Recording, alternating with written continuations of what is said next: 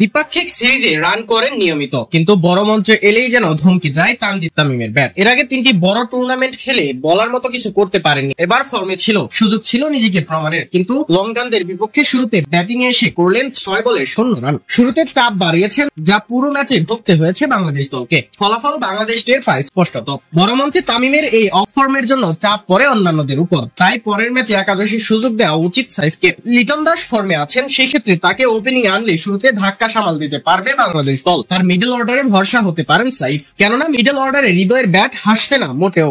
আগের ম্যাচে 36 বলে 35 করে সমালোচিত হয়েছিলেন। এই ম্যাচে শুরুতে নেমে লিটনকে নিয়ে বড় ইনিংস খেলতে পারতেন, কিন্তু এদিনও রান করতে পারেননি তিনি। একবার সুযোগ পেয়েও কাজে লাগাতে পারেননি, পরের বলে ফিরে গিয়েছেন। ব্যাটিং এর স্বাচ্ছন্দ্য লাগেনি তার। সব মিলিয়ে বারবার ব্যর্থ হৃদয়ের জায়গায় আসতে পারে সাইফ সোহানরা, যাতে মিডল অর্ডারে অন্তত ভরসা করতে পারে বাংলাদেশ দল।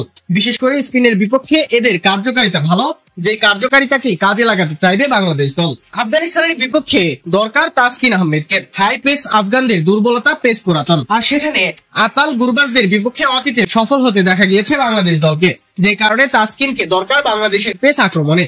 যদি আফগানিস্তানকে বেঁধে রাখা যায় অল্প রানে বা তাদের বিপক্ষে বড় রান করা যায়, তাহলে অসম্ভব কিছুই নয়। সব মিলিয়ে অনেক জটিল হিসাব নিকাশ বাংলাদেশের সামনে পরবর্তী ম্যাচের আগে। লঙ্কানদের বিপক্ষে বড় হার বাংলাদেশকে সুপার 4 এর রেস থেকে অনেকটাই পিছিয়ে রেখেছে। তবে যতক্ষণ সম্ভাবনা রয়েছে নিজেদের সর্বোচ্চতা দিয়েই মাঠে নামতে হবে বাংলাদেশকে। অন্যদিকে যদি দল ব্যর্থ হয়, তবুও সুযোগের দাবি রাখেন সোহান সাইফরা। সব মিলিয়ে কাদেরকে নিয়ে একাদশ সাজায় বাংলাদেশ দল, তা নির্ভর করবে কোচের ও ম্যানেজমেন্টের উপর। তবে পরের ম্যাচে যে বাংলাদেশকে মরণ কামড় দিতেই তাতে নেই কোনো সন্দেহ।